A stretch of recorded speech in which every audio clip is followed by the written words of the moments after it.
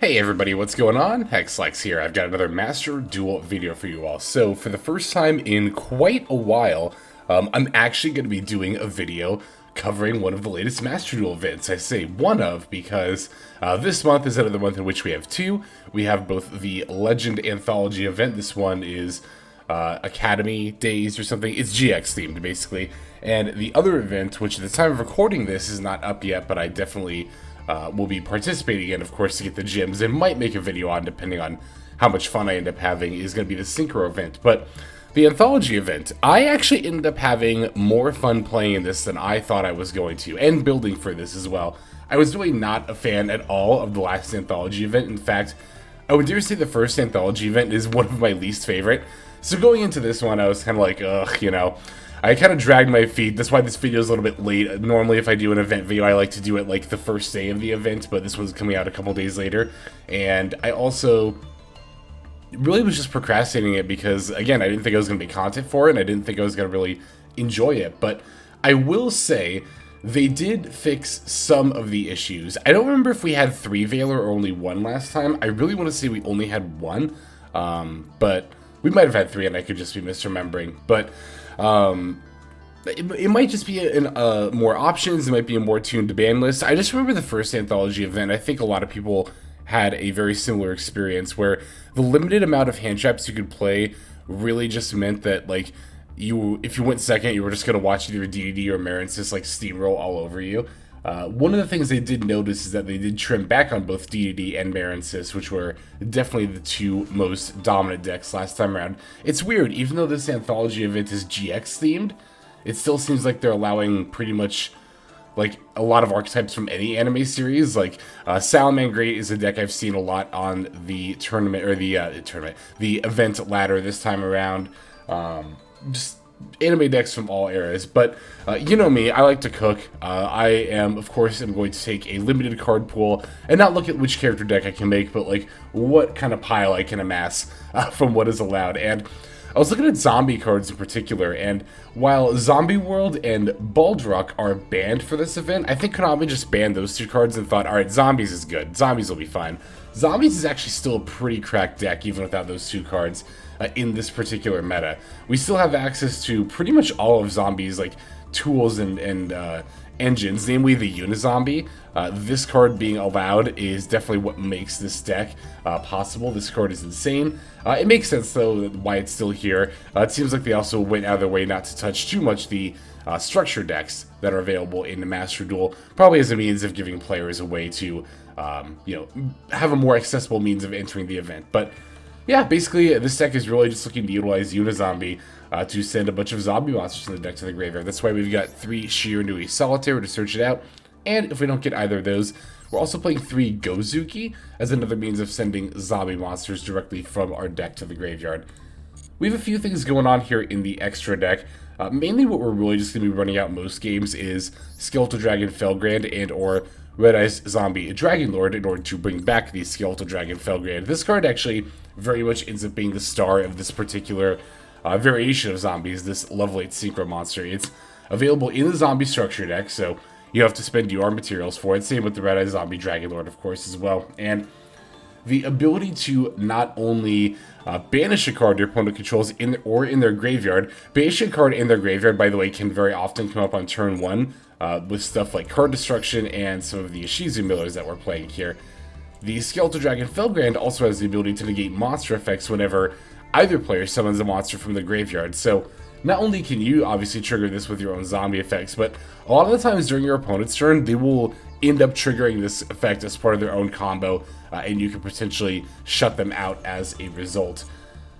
The Red Eyes Zombie Dragon Lord here, normally in like other zombie decks I've made, I mostly use this to Scythe Lock. This time we're using the quick effect because we don't have a Zombie World to make anything a zombie. We're using the quick effect to bring back our Skeletal Dragon Felgrand, and again, we're just going to be banishing stuff during our opponent's turn, utilizing that. Or if Felgrand's already on the field, we can just bring back another zombie monster and then use Felgrand's effect to start negating stuff. We have a few engines that we are playing here. We have 3 Danger Nessie. This is literally the only danger monster they allowed, but they did allow 1, so I'm going to use 3 copies of it. There's also 1 of each Ishizu card, so we are playing 1 of each of those. Kelbek is a very powerful hand trap, and yeah, the shufflers can be very good as well. And just milling, obviously, a lot of cards is very good in this deck. We are, of course, playing the 3 Veiler and 1 Imperm that are allowed. Also talking about hand traps. Also playing 2 Crow and 2 Skull Meister. I think these are 2 of the better hand traps that are available in this meta. I believe Ghost Mourner and Moonlit Chill is also at 3 here. So if I had 3 copies of this card, I would absolutely be jamming it, but I don't, so I'm not. And I'm not going to craft it just for this event. I don't think it's a bad card, generally speaking. It's one of those hand traps where, like, this card isn't bad. There's just, like, probably 2 or at least 2, if not 3 different effects that do pretty much this, but better. So, it's just not really worth it for Ultra Craft points. And again, I'm not crafting it just for this event, but Crow and Skull Meister, sometimes you want to banish cards out of the graveyard, sometimes you just need to stop effects, so I'm playing 2 of each instead of committing to like 3 and 3, or like 3 of one and none of the other. And as far as the zombie monsters themselves, aside from the ones that, you know, send stuff to the graveyard, we just have a kind of random assortment here to kind of help us with synchro combos. Mad Mauler is actually very, very good in this variation. One little combo I like to do a lot is making an Immortal Dragon and then sending a Mad Mauler, or no, having a Mad Mauler already in the graveyard. You can use Mad Mauler to lower Immortal Dragon down to level 4, and then use its effect to send a card and adjust its level further. Between that and Uni-Zombie, there's so much level adjusting that you can make pretty much anything you want in this extra deck very easily. I set up enough Lake Monsters here to go for an access code line, but after playing these games, I didn't find myself going into access code a whole lot. I think it might be worth it to play some more synchro options, although these random Lake 2s did still come up here and there, definitely. I don't remember if I showed this game, but I did actually get to... No, you know what? I don't think I am going to end up showing this game, because it really wasn't that long, but there was one game where I was up against Sacred Beast, and I managed to steal my opponent's Raviel with Geonator Transverser. That was pretty good. We have a number 106 Giant Hand here as well. Sometimes you want to make this instead of level 8 Synchro on turn 1 because it's got a quick effect to negate monster effects, one of the few cards in this format that can do that, so pretty strong in that regard too. We're also playing a Super Poly engine. I really, really like Super Poly in this event meta. This is not only good as a board breaker going second, but you can also set it turn 1 to use it as disruption. It hits a lot of decks in this meta. Because a lot of them are so archetype focused, you can very often have the material requirements on your opponent's board to make Garura, which is for some reason not banned in this event. So I'm definitely jamming a copy of Garura as well as a copy of Starving Venom. I also threw in a Dragonecro Nethersoul. It came up once where I used Vampire Sucker to bring back a monster to my opponent's field, and then on their turn I fused with it and one of my zombies for Nethersoul. There's also the potential to OTK with a bunch of, like, you know, a couple of your zombies and then use Super Poly during the battle phase to fuse for this, but I mostly left it in there because the extra deck was pretty wide open, didn't really need, I had a lot of flex spots, rather, is what I meant to say. Borload, I think, is the only thing I didn't end up summoning at all. There just wasn't a situation where I made a Link and then a level 8, especially on turn 1, but really just in general, but I think it was probably still fine. Okay, I think that's pretty much everything I wanted to talk about the list. Now, let's break it down card by card, and I'll go ahead and show you the list playing in action. So, for this build, we're on 2 Crow, 3 Effect Veiler, 1 Plaguespreader Zombie, 1 Shinobi Necro, 1 Mad Mauler, 1 Beast of the Pharaoh, 3 Uni-Zombie, 3 Mezuki, 2 Skull Meister, 3 Shiranui Solitaire, 3 Gozuki, 1 Keldo the Sacred Protector, 1 Mudora the Sword Oracle, 1 Kelbek the Ancient Vanguard, 1 Agido the Ancient Sentinel, 3 Danger Nessie, 1 Alghoul Mazera, 1 Raigeki, 1 Feather Duster, 1 Card Destruction, 1 Monster Reborn, 1 Foolish Burial, 3 Super Polymerization, and then 1 Infinite Impermanence. There's our main deck. For the extra deck, we're on 1 Garura, Wings of Restorant Life, 1 Dragonecro Nethersoul Dragon, 1 Starving Venom Fusion Dragon, 1 Immortal Dragon, 1 Hot Red Dragon Archfiend. I should have played the Scarlight, actually. I think I got those cards mixed up in my head. In fact, let me go ahead and show the other Red Dragon Archfiend. Yeah, I think I actually meant to play a copy of this card over this one. I mean, they're kind of similar, but in any case, 1 Borload Savage Dragon, 1 Skeletal Dragon Felgrand, 1 Vermilion Dragon Mech, 1 Red-Eye Zombie Dragon Lord, 1 number 106 Giant Hand, 1 Vampire Sucker, 1 Geonator Transverser, 1 Donner Dagger for Hire, 1 Vampire Fascinator, and then finally 1 Access Code Talker. That's going to be our list, and now let's look at some games. Okay, so for our first game, we're going to be up against a Pendulum pile, with a lot of the Pendulum cards, of course, being used in the anime. A lot of the deck is available, but it's not quite at full power. Again, kind of odd, given that this event is supposed to be GX themed, that they're allowing so many archetypes from across all of Yu-Gi-Oh! But not that I'm really complaining, you know. So, starting off with a Pendulum scale from our opponent here, a 1 to 8 scale they just hard opened with, as well as 2 7s and a 4. So definitely very scary here. Our opponent's going to lead into the Odd Eyes Absolute Dragon. This is definitely more reminiscent of Pendulums like, you know, back before we had like Electromite and stuff. Probably because Electromite is banned here. So, Beyond the Pendulum, however, is legal and is coming down here. Also a very pretty royal copy of it. We did manage to open with one of our copies of Effect Veiler, so going to go ahead and use that to negate Beyond the Pendulum, stop them from just adding any old Pendulum card they want. The Odd Eyes Absolute Dragon, however, will allow them to cheat out the Odd Eyes Vortex Dragon, so we do have to play around with this card moving forward. Going to start with the Feather Duster that ends up resolving and destroying my opponent's scales. I was seeing if they would...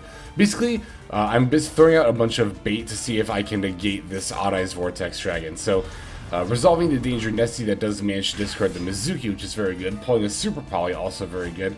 Gonna activate the Mezuki effect for a Plaguespreader Zombie before sinking these two off. 2 and 7 are gonna make 9 for the Vermilion Dragon mech.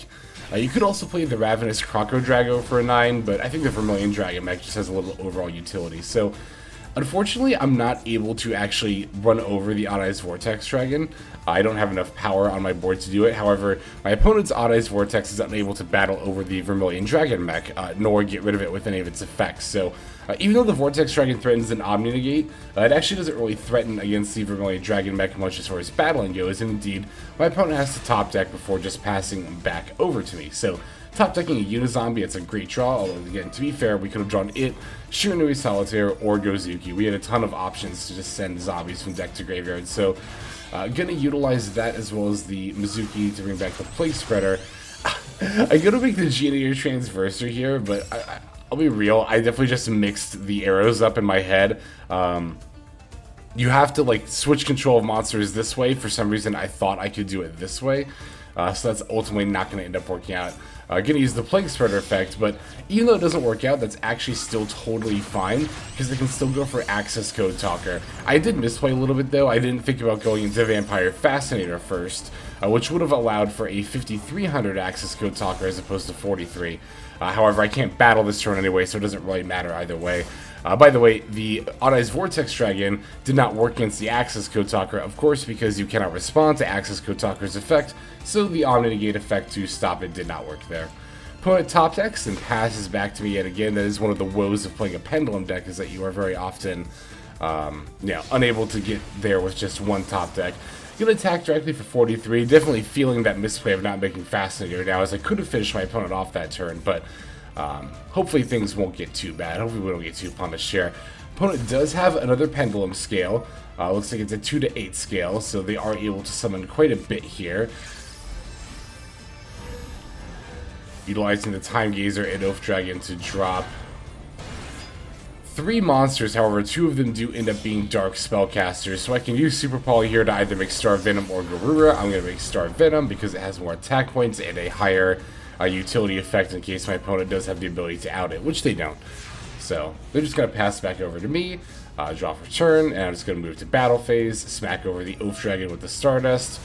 Time Gauge's effect doesn't do anything, I don't really know what that was, and then we smack directly for lethal with the Access Code Talker. So, as you can see, games this event do tend to be a little bit grindier, but it's fine. I think it's fine for a nice change of pace. Again, even though I made a video just kind of ripping on events in general, I actually had a decent amount of fun on this one, and we definitely have some more games to show off here having some fun. So let's go ahead and do that. Alright, now we're playing up against Salamangreat, which I've seen quite a bit playing in this event. Seems to be one of the go-to decks. I've seen people on the subreddit talking about this like Blackwing deck that turbos out Kali Yuga, and a bunch of really unfair stuff. I haven't run into that, like, at all. Or, I mean, if I did, maybe I Veilered it and they scooped right away. But, yeah, not sure if I just experienced good variance and just happened to not run into it, or what's going on there. So, starting off with Uni-Zombie plus the Agido, using the Agido's milling effect. Seeing our opponent is in fact going to be on Cyburst there. Salaman great, but also playing some Mathemax as well.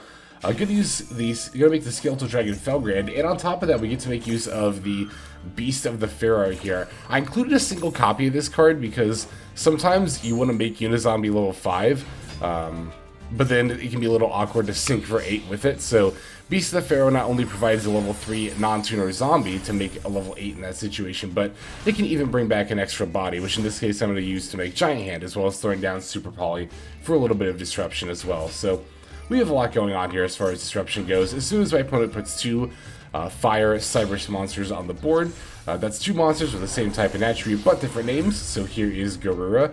Opponent has already spent their normal summon, so I don't imagine they have too much more. They do have 3 back row before passing back over to us, but without any Salaman great monsters on the field, I don't really need to fear like a Roar or the Omni Negate. Rage could come up here, but I have the Alghoul Mazera in order to ensure that it doesn't. So the Alghoul Mazera not only protects my zombies from being destroyed by battle or card effects by banishing itself, but then summons itself when banished. So I get to use those 2 to sync for a 10, making the Red Eye Zombie Dragon Lord. Opponent's going to Solemn Judgment it, which is a little annoying, but ultimately fine. Moving to battle, and I can't remember which effect it is. There's some effect I've been activating that only lets you battle with like a certain monster. I'm just trying to remember what it is off the top of my head, but if you see me not going for lethal, that would be the main reason why. But even though we didn't have lethal that turn, we still had the monster negate up with the Giant Hand, and opponent did not top deck anything relevant, so that's going to be all for them from this duel. We still have a couple more games to look at though, so let's go into this next duel here. And here we have a game against Sue Ship. It would not be an event if we didn't play against Sue Ship, right? I feel like Konami just keeps them all legal for every event as a meme at this point.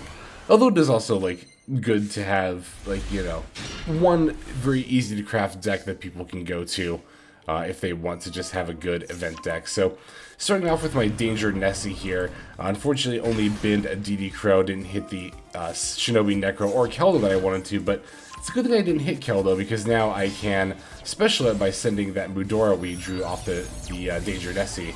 Gonna sync that with the Shinobi Necro in order to make the Immortal Dragon. Immortal Dragon! Your dragon is very mortal. Good stuff. Anyway, gonna go for the Vermilion Dragon mech before passing here. Not a stellar turn 1, unfortunately. Just didn't really have the plays there, but we do have some setup for the next turn. I purposely kept the Mezuki with Immortal Dragon in my graveyard, so that way we can set up some more plays next turn that way. We also have Valor and Kelbek. Opponent's going to start off with a Dark Hole here, getting rid of my Vermilion Dragon mech, and then just passing, so it seems like their hand is very dead. And I noticed they didn't spring for Rescue Rabbit. I don't fault people for not springing for Rescue Rabbit just for event Sue ships, but definitely would have improved the consistency of my opponent's build here. So I'm going to use Mezuki for Immortal Dragon, and then use Immortal Dragon to just bin the Alghoul Mazera before passing over to my opponent here.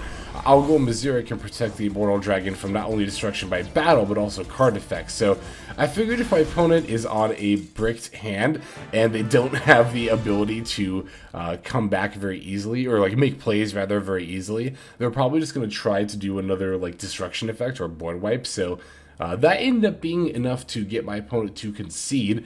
We did also top deck the Skull Meister for some more potential disruption there as well. Moving forward into the next turn, with the Alghoul Mazera on the field, I have a lot more options as far as syncing goes. So, and then of course we can still just bin any monster we want to with the Immortal Dragon. So, yeah, that was a quick duel, but again, wouldn't be an event game without some Sue ships. We do have one more game to show off, so let's take a look at it here. And our final opponent is on a deck that actually doesn't look too terribly different from how it plays from its regular version. That's Rika Sun Avalon. I've had comments, I've seen quite a few asking like if I'll ever play Rika Sun Avalon. You know, with any deck, you know, I don't like to say never, never say never and all that, but, you know, it's just not a deck that particularly interests me. I don't think it's a bad deck. It just doesn't grab me, you know. It's like, I do like to show off, like, pretty much all meta-relevant decks that I can, but at the same time, you know, I feel like a deck also has to really, like, grab me, like, excite me. That's also why I don't really show Flaunderies ever. Not that I'm comparing Rika, Sun, Avalon, and Flaunderies. They are, of course, very different decks that do very different things, but the only comparison I'm drawing here is that, you know, I'm not particularly interested in either. So, again, even though they are very relevant tier 2, I mean, Rika, Sun, Avalon is, like, bounces between tier 3 and Rogue, but, yeah, even though they are meta-relevant decks, I don't know. I don't have any plans at this point in time to play them myself on the channel here. Alright, so opponent did manage to land a Loki on the board, so they are going to go for the Sun Avalon Dryas. I'm going to use Imperm on it, just to go ahead and make sure they don't get the Sunvine Sowing, I think is the card's name, where they can just start, like, you know, making their board and such, so... I did spend a lot of my resources to make this Felgrand, unfortunately, so, yeah, I battled here, totally forgetting about Dryas' effect. I always do this. I say always, but it's really like only the third time I've ever done it against Rika, Sun, Avalon, but I always forget that the Dryas can just summon something out if you battle, but that actually kind of worked out for me. I get to not only Super Poly for the Garura, but then also Mill 5 with the Kelbek. The Kelbek didn't really hit too much for me. Maybe a Gozuki for potential future use, but on my opponent's side, it did get rid of, actually a lot of their stuff. It got rid of 2 of their Rika Cones, 2 of their Rika Glamours, and 1 of their Lokis, so that's pretty good for me. Alright, I do have the Keldo here as well to ensure that my opponent is not able to bring back this Sun Seed Loki. I'm also going to put back their Spore to make sure that doesn't end up coming up later as well. It's funny, I saw a Spore there, and I remember thinking, like, Spore, isn't that card banned? And I was like, wait, Lex, Spore was only banned for a while, like, literally 10 years ago. It's just the way my brain does sometimes, so. Alright, gonna battle into this, healer for a couple of attacks, get some damage in there. Opponent's got a painful decision that will allow them to get the Loki. It's actually a bit of a misplay on my part because I did put back 2 Loki instead of just the one they were targeting. Although, to be fair, if I'd only put back the one, they would still have 2 copies in their deck, so I don't think it actually ended up mattering. Going for another Dryas here, and then going for a Link 3. Ah, that's right, here we start summoning the Sunvine... Oh, no. We're doing the Melius first. That's right, we're climbing up to the Link 4, and then I think Slayer, is it Sunvine Slayer? It's the Link monster that's going to have like 4,000 attack points. It is very scary. Also, it's so annoying about these stat rates. Why do we see stat rates for stuff like the Sunvine Link 4, and like Sunvine stuff in general, but not, you know, like branded cards? It's just very annoying. It's Thrasher, Sunvine Thrasher, yeah.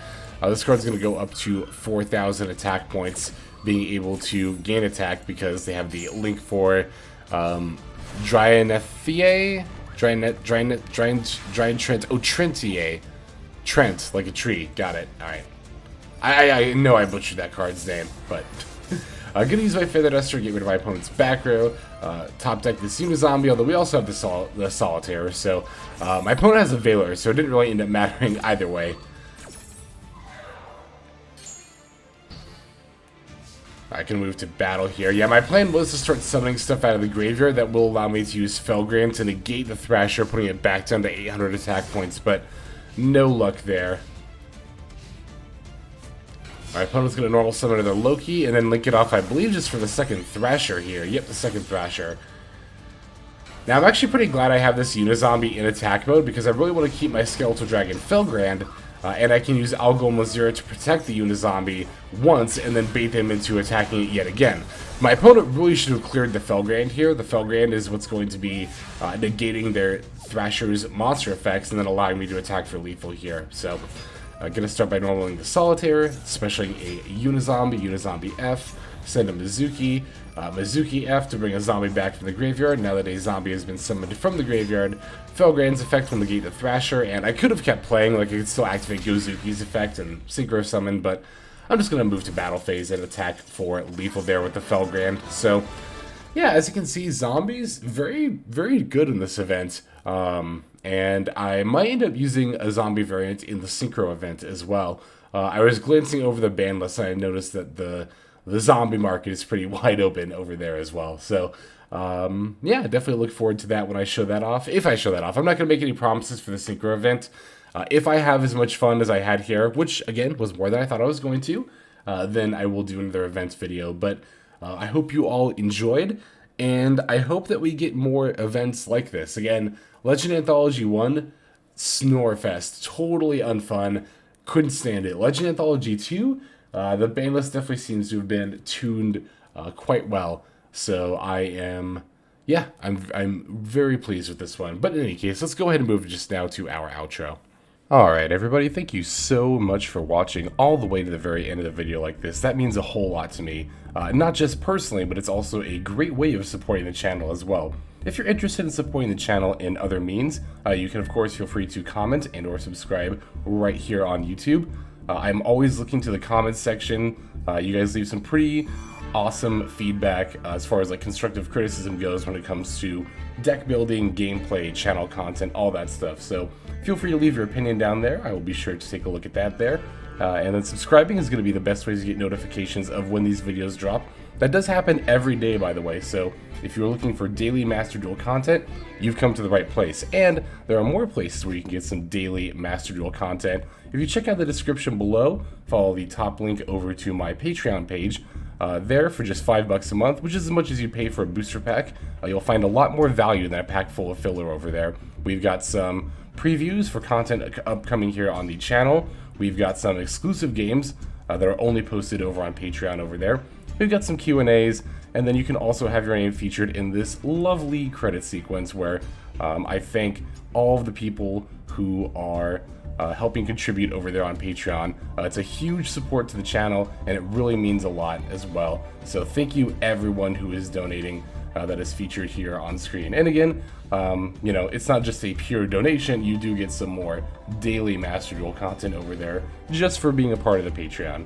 But I think that's about all the time that I have for today's video. Once again, I just want to thank you so very much for sticking all the way to the end of the video. Again, it just means a lot as I do put a decent amount of work into getting these videos out every single day. But that's about all the time that I've got for now. So without further ado, this is XLex. I'm signing out, and I hope you have a fantastic day.